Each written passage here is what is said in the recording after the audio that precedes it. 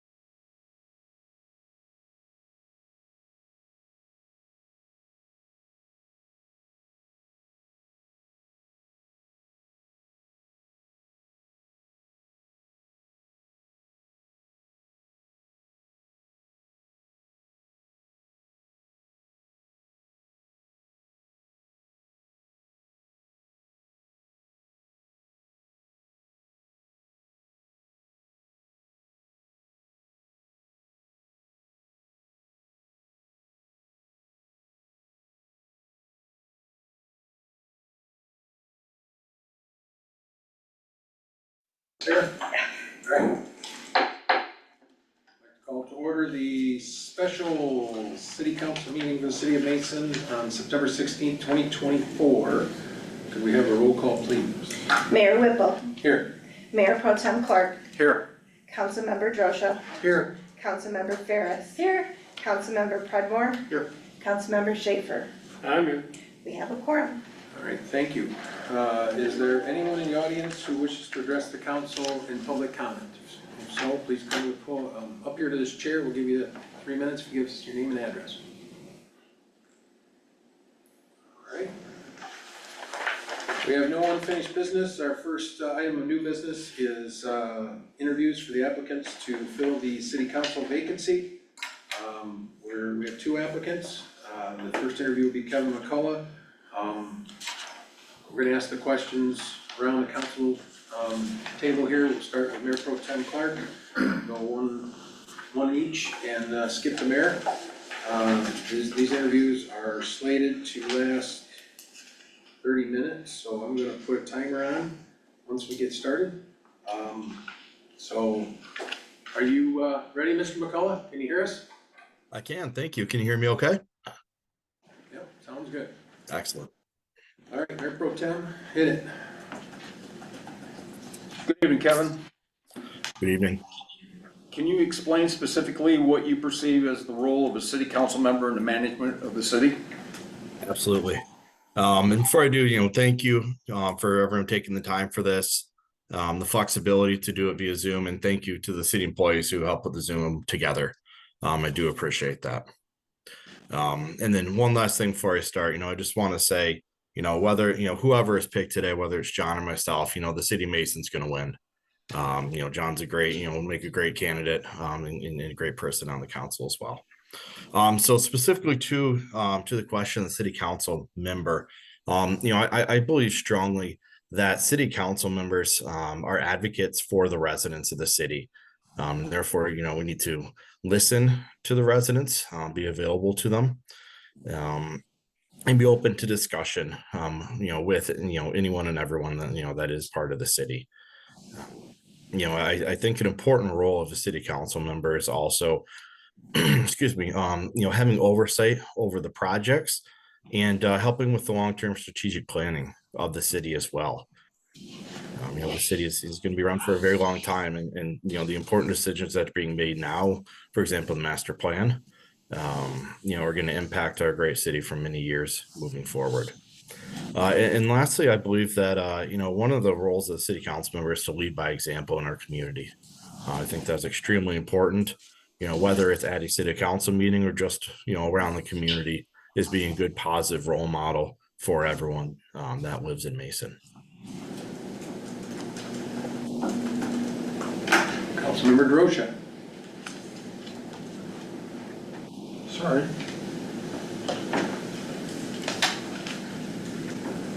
Hi, Kevin. Hi.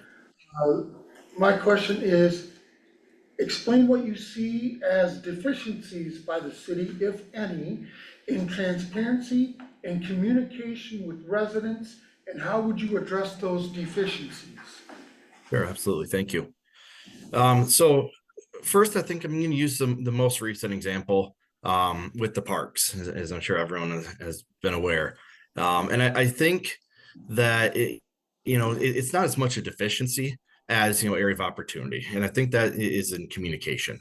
The master plan, which include the park plan, was communicated quite a bit, whether it was open houses, Facebook posts, easels at City Hall. Right, there were opportunities for people who were able to seek it out. But I think additional opportunities for this would be examples. If we're looking at the changes to the parks, would be looking at have communications at the parks, whether it's an easel there or some sort of sign or message, so that way the people who are using these public parks or facilities themselves will be able to say, hey, listen, there's potential for change here, and if obviously someone's there, they might have some interest in sharing some opinions on it. So I think in addition to what was done, that could be a good area of opportunity. And then I think looking forward, and as you all know, this position is a temporary position for 3.5 months. So some of these things might not be able to be done in 3 months. Maybe there are more ideas for the future moving on for council. But I think we can definitely use the upcoming open house slated for October to talk with city residents and learn how are city residents communicating now. Communication now is very different than it was 10, 20 years ago. It's different than it was a couple of years ago. So I know that we currently on the city have Facebook communication and postings, obviously at City Hall, which I know are required. Is there another medium that's allowed via the state that a lot of the residents are using? Whether that's another social media medium or some other thing, and I think we can get that input by talking to the residents, ideally at the open house, when hopefully residents and families will be participating.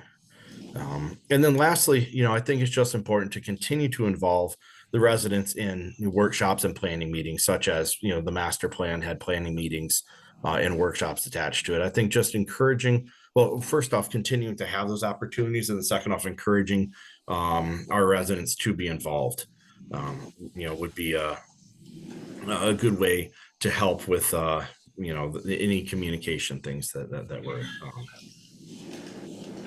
Thank you. I have one quick follow-up.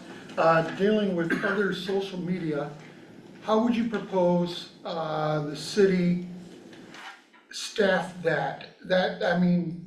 Sure. That requires additional staffing if you're gonna run multiple social media platforms. Absolutely. I would not consider myself an expert in social media. I'm not very active on social media. But I do know that, things such as Instagram, you can mirror your Facebook. So posts made to Facebook can automatically be mirrored to Instagram.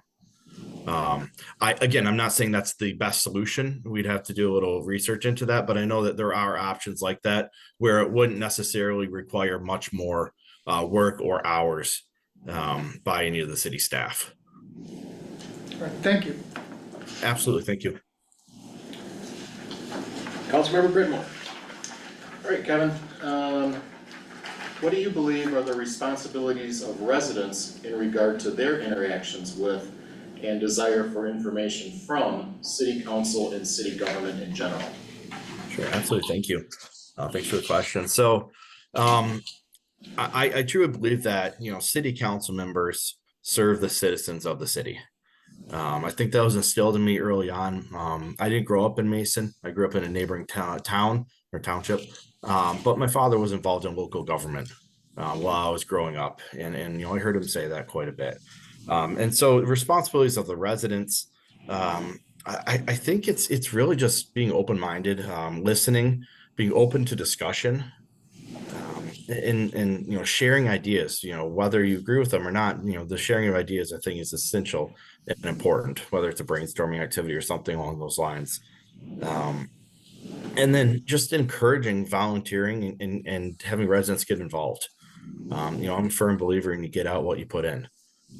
So if you feel passionate about an issue, I encourage residents to attend city council meetings and take your 3 minutes and share those ideas. And if you're not able to attend, send a communication, an email, and be as involved as you want to be. I think that's very important. Okay. Thank you. Councilmember Schaefer, number 4. Good evening, Kevin. Would you please describe examples of what you believe Mason is not a welcoming and how you would address the issue as a city council member? Sure, absolutely. Thank you for the question. So, I really believe Mason is a wonderful small town. It's been my home and the home of my family for over 10 years now. As I said earlier, I did not grow up in Mason. I grew up in a neighboring town. And historically, looking back, Mason's not always been known as the most open-minded and inviting city and area.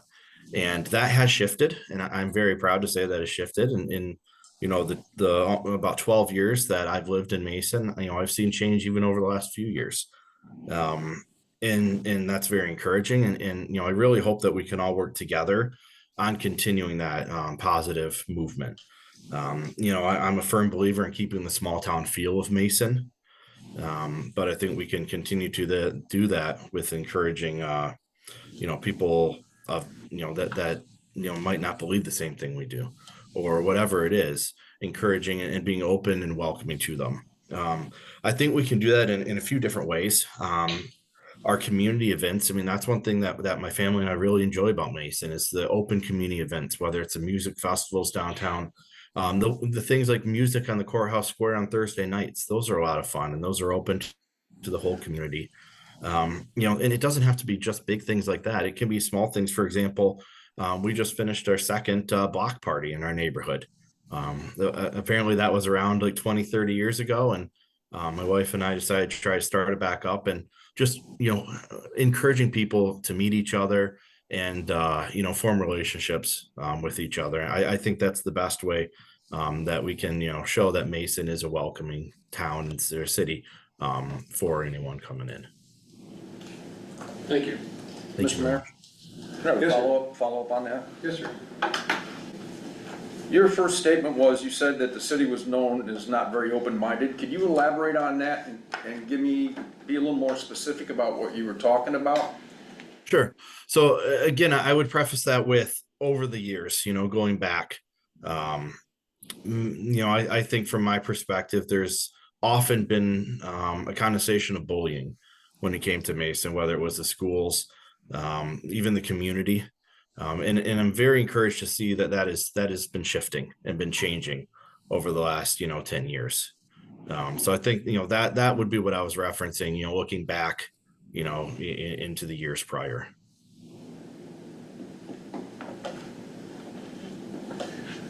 Mr. McCullough, can you give me an example of community bullying? You mentioned, What's that? You mentioned bullying in the schools and bullying in the community. Can you give me an example of what you mean by community bullying?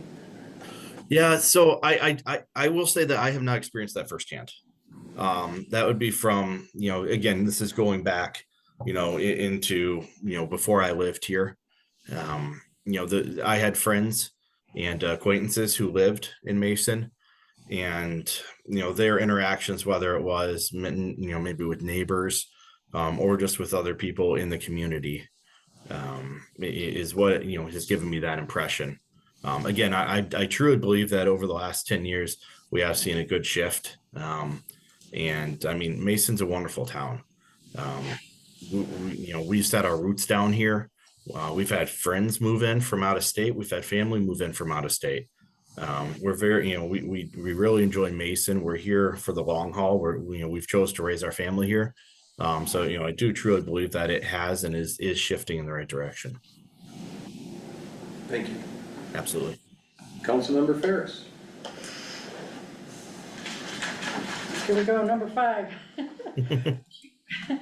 So, do you believe there is a widely held lack of trust in city government by city residents? If yes, please explain what you believe is the cause of this lack of trust and how you would address the issue. So if the first part again is, do you believe there is a widely held lack of trust in city governments by city residents? Yeah, thank you very much for the question. From my perspective, I don't believe that it's necessarily a lack of trust. I believe it's more of a fear of the unknown. Most residents, don't know what they don't know when it comes to local city government. And so, I truly believe that, we can help shift that narrative with increasing community involvement. I know the city does, open houses and things along those lines, which, my family and I participated in and had a lot of fun at. I think, if I were to have this opportunity, there would be, maybe potential for, just more community involvement with myself and the citizens, whether it's a coffee open house hours, for an hour or two once a month, just, to hear, to interact with the residents, just some sort of small community event such as that. Again, doesn't have to be a large, big event, doesn't have to be all this big planning.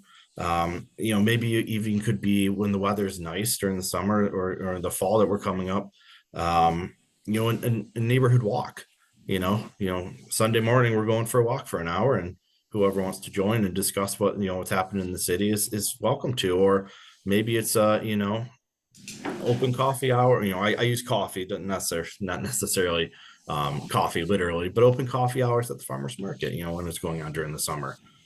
Just providing some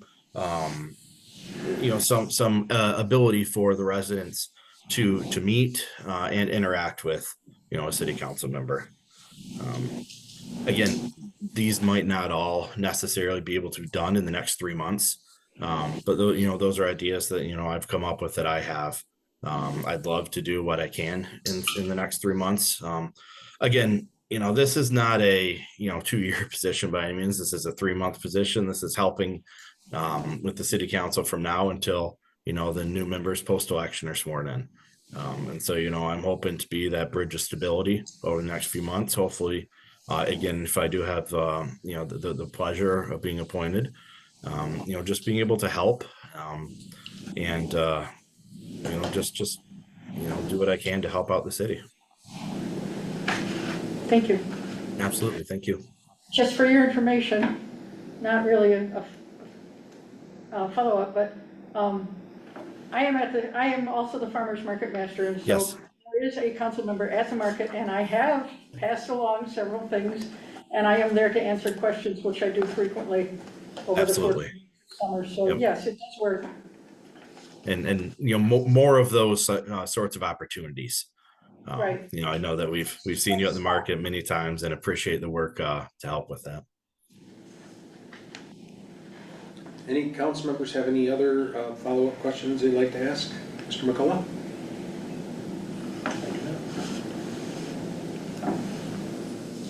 All right, Kevin, we appreciate your time and your interest. Thank you very much. Appreciate all your time as well. Yep, Thank you. take care.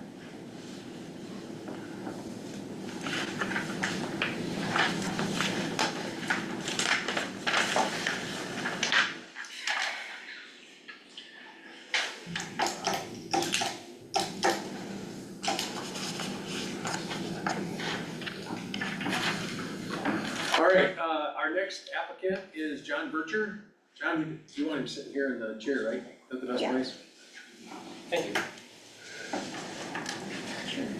Since you got the advantage or disadvantage, whatever you want to call it, of going second, you've already seen how this goes. So we'll start a timer for 30 minutes and Mayor Pro Tem Clark will ask the first question. Hi, John. Oh, How's it going? good, how are you? Good. Thanks for being here. Thank you. Could you explain specifically what you perceive as the role of a city council member in the management of the city? Absolutely. I also would like to start off by thanking everyone for allowing me to be here and interview for this temporary position. And I also agree with Kevin. I think that, either the choice of city council, I think the city would be in good hands. I know Kevin, and I think he'd be a great candidate as well. And I appreciate you guys having me here to interview. How I understand the responsibilities of the city council is to follow the city charter and state law and relevant MCLs. In the management of the city, as well as city ordinances and to have view over those and potential modifications or additions to city ordinances. Also, the city council members are who vote for the mayor and mayor pro tem. Those are major responsibilities of the city council, and also to serve as a liaison to commissions and boards. I participate on the planning commission, and I know that we have city council representation there. And also to participate, in bi-weekly city council meetings and special sessions like this one, and to be keyed into city issues, to be knowledgeable of things that are happening in the city and to represent the city of Mission to the best of their abilities.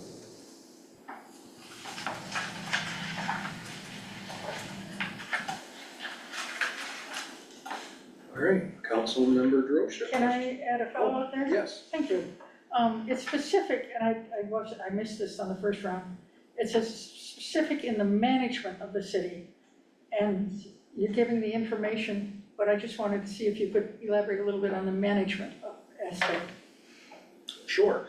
The city council members would be, at city council meetings where specific issues would fall in front of the city, whether they be administrative, and also, handle any business in front of the city, the annual budgeting, master planning process. I've actively participated in the master plan through the planning commission, and gone through special training, with members of city council as well as, additional meetings.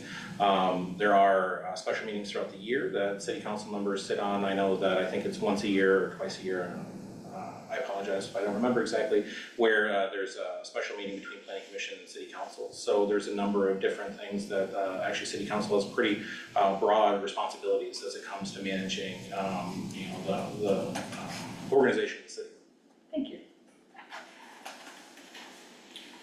Councilmember Droste. Hi, John. Oh. Explain what you see as deficiencies by the city, if any, in transparency and communication with residents, and how would you address those deficiencies? Sure. I don't, keying on the word deficiencies, I don't really like that word. I don't think there's necessarily deficiencies per se in transparency. I am an active participant, the planning commission and several other boards.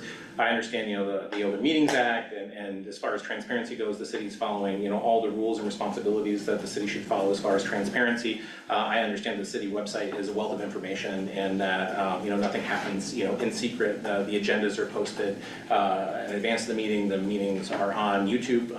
It's actually really nice to be able to, click in and watch city council meetings, live. So I think there are good things about that. I do think transparency is difficult. And I think that, even the federal government struggles with transparency, and they have a lot more resources than the city of Mason. So I think that could be improved. I think improving our digital presence and also, utilizing social media more broadly, I think would be a benefit. I know that that's a very common, while I'm not actively involved in social media, I know that lots of people in town are. I think that, an effort to improve that digital presence would improve transparency, because I think that's perception. I think by having more things accessible to more people, I think they would feel like there's, less issues with transparency. Okay, same follow-up I asked Kevin then. Would you propose staffing change to manage that, or? I wouldn't be quick to recommend, necessarily staffing change. I think that's something that could be explored. I think that's, a complex thing that should be done, very carefully. And, I know there's a, generation even younger myself that is much more fluent in that, and I think maybe reaching out and, maybe utilizing some of those resources that are in the town to see how we can do that more effectively would be the best thing. But I think, that'd be something that should be explored and done very carefully, because I think it can be done, maybe not the best way if it's rushed. So I think, having maybe like a special subcommittee or a planning group to research and explore ways to improve visual presence would be the best way to do that. Before I jump on and say, we need X FTEs in order to staff with social media presence. I think, to explore exactly what that means and how it be done would be the best choice of action. All right, thank you. Councilmember Britton. All right. What do you believe are the responsibilities of residents in regard to their interactions with and desire for information from city council and city government in general? Sure. The responsibilities of residents of the city, I think, are to vote. Citizens, residents of this town vote for city council members. and, to interact and communicate with those city council members. The city council members are the voice of the electorate. And I think communicating with the city council and to the various boards and commissions in the town, there's a public meeting or, a public comment before every meeting in the city. I think, recently, on the planning commission, and there was a very well-attended meeting regarding parks and the master plan. I was, really happy to see so much support in town for parks and really for residents to come together and be involved and to really share their information. And I feel, residents really felt listened to in that forum. And I think that's really the responsibility is to vote, is to communicate with city council, the city office, the various boards and commissions that business is in front of. And also, like Kevin said, I really agree, is to, be involved, volunteer. Civic services, I think, is very important. I've been, volunteering and being in service my entire life, and I think being involved in the community and trying to make it a better place from the lowest levels on up is really the best way to make this town the best way it can possibly be. Councilmember Schaefer. Good evening. Could you describe examples where you believe Mason is not welcoming and how you would address the issue as a city council member? Sure. I actually don't believe that the city of Mason is not a welcoming place. I've lived, all over the world. I've lived in Texas, California, DC, in Europe, in Chicago, in Michigan. I'm from the Marshall area, Olivet, and I really feel that Mason, after all the places I've lived, is actually a very welcoming community. I've chosen this place to raise a family. My wife and I love it here. We're both actively involved in the city, and I've never had an issue not feeling welcome or finding something to do in town. I think there's something for everyone in Mason. For a town of this size to have so much opportunity and things available to it, I think is amazing. My son is not quite 2 yet, but I'm excited for him to be, going to Mason Public Schools. I think it's fantastic. I currently work in the city of Flint, and I was talking to a coworker, and I said I was from Mason, and he's just like, oh, they have a fantastic robotics team. So, there's a reputation outside of this immediate area for, how good the schools are and the community is, and people mention it to me. So I think Mason is actually a pretty welcoming place, and I've been a few places to know. Okay, thank you. Councilmember Ferris. So, do you believe there is a widely held lack of trust in city government by city residents?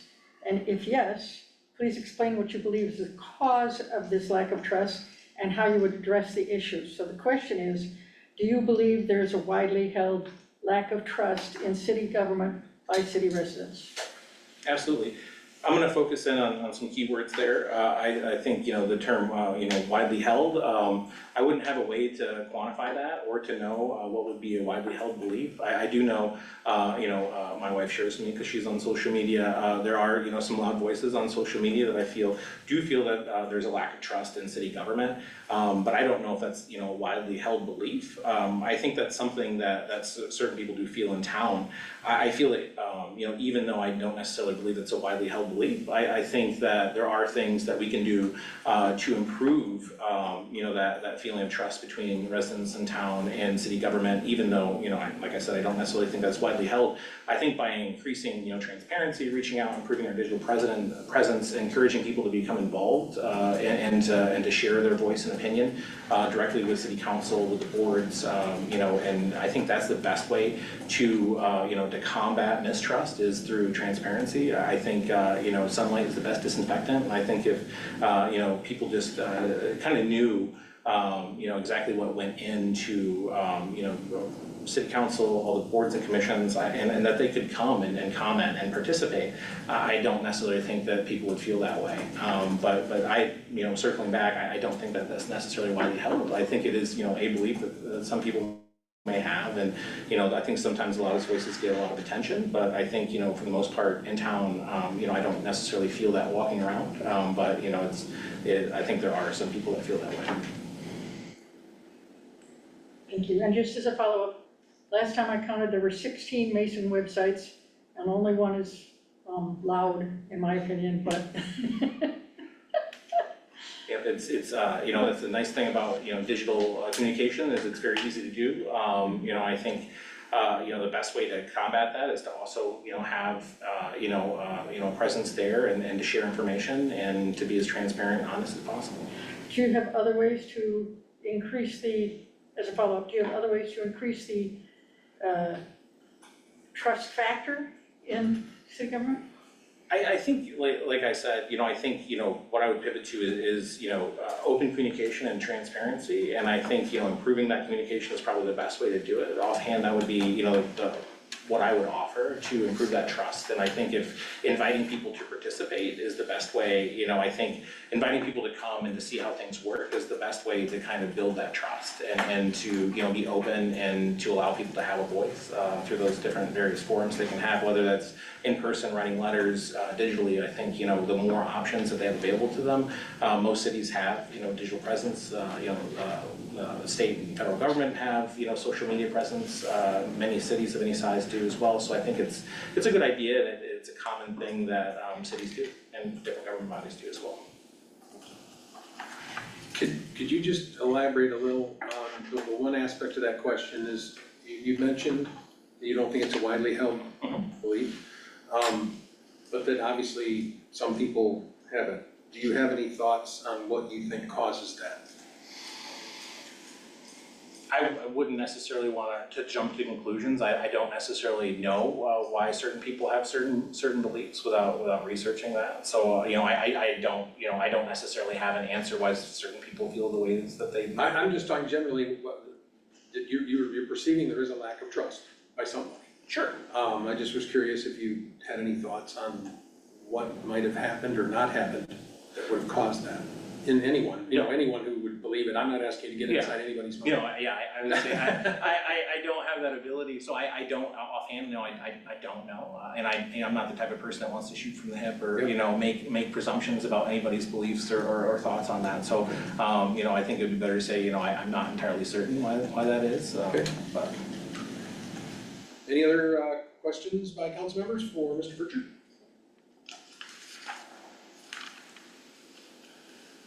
All right. Thank you so much. I appreciate your time. Thank you. We will be making the appointment during our meeting, I hope we will. Okay. During our meeting at 7:30. Okay, good. Member reports, or you want to save them for the next meeting? Just around there. You can leave if you want, or you can stay, either way, doesn't matter. We're about done. We're about done here, I'm gonna go downstairs. Okay. Somewhere. Manager's report, did you want to save that for the real meeting? Okay. The real meeting? I'm sorry. Well, actually, what I should call it is the non-special meeting. All right, then we are adjourned. Go to the bar for an hour.